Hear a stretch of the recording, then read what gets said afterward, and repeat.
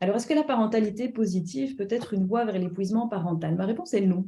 La parentalité positive n'est pas une voie d'entrée vers l'épuisement parental. Ce qui, par contre, est une voie d'entrée vers l'épuisement parental, c'est ce que j'appellerais la parentalité exclusivement positive. Alors, c'est quoi? Pour moi, c'est une dérive de la compréhension de la parentalité positive qui, au lieu de continuer de mettre l'accent sur les deux dimensions qui font partie de la parentalité positive, qui sont la bienveillance et la fermeté à travers la mise de limites et de cadres, ne promeut que la bienveillance, qui en fait est une dimension qui fait consensus complètement entre tous les professionnels. Voilà, donc ça, on a un consensus dans la société autour de la bienveillance à l'égard des enfants. Ça ne fait plus de doute et c'est très bien parce que ça permet évidemment de contrer de manière efficace tout ce qui touche à la négligence, à la maltraitance des enfants, aux abus, etc. Donc ça, évidemment, ce n'est pas à remettre en question.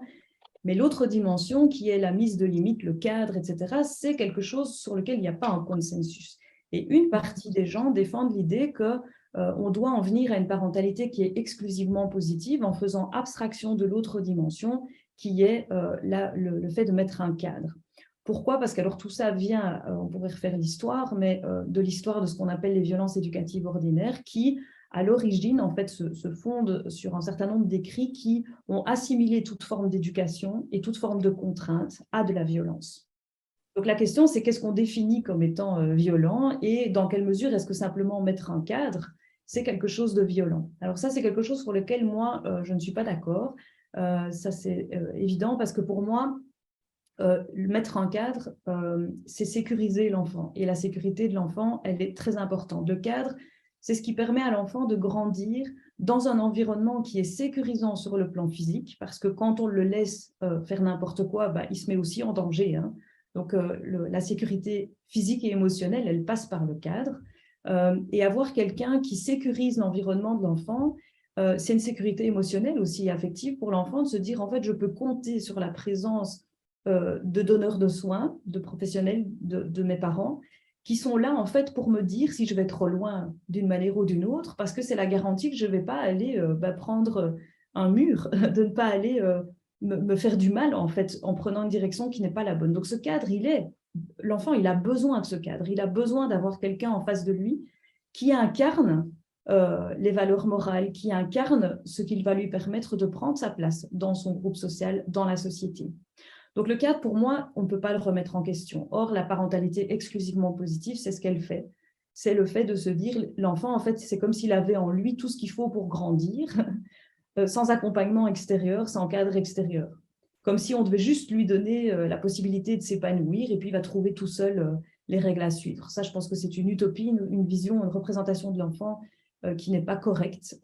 Et en tout cas, ceux qui la promeuvent, de mon point de vue, ne connaissent pas les enjeux du développement de l'enfant, ni tout ce que ça suppose. Donc ça, pourquoi alors cette parentalité exclusivement positive, elle peut mener à l'épuisement? Eh bien parce que je pense que pour beaucoup d'enfants, quand on renonce à mettre toute forme de cadre, eh bien il y a la voie ouverte à ce que l'enfant s'engage dans des comportements problématiques, dans des comportements qu'on dit externalisés, c'est-à-dire d'agitation, de non-respect des limites, de transgression, etc., qui ne sont pas forcément passagères, qui vont se répéter et qui font que ces relations avec autrui sont compliquées, non seulement à l'intérieur de la famille, avec des affrontements avec les parents, de la résistance, une forme de toute puissance que l'enfant agite sans cesse et qui fait que finalement on ne peut plus rien lui proposer, même, je ne dis même pas imposer, mais lui proposer, avec des enfants qui deviennent ingérables et qu'on retrouve dans les consultations psychologiques. Alors ça, la plupart des professionnels, psychologues de l'enfant, etc., vous diront que ça envahit les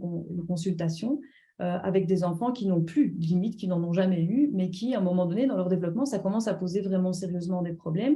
Alors parfois, c'est tard, hein, c'est quand ils sont adolescents, mais où on se rend compte qu'en fait, l'histoire de limites et de cadres, elle n'a jamais été vraiment incarnée par quelqu'un dans l'histoire de ces enfants.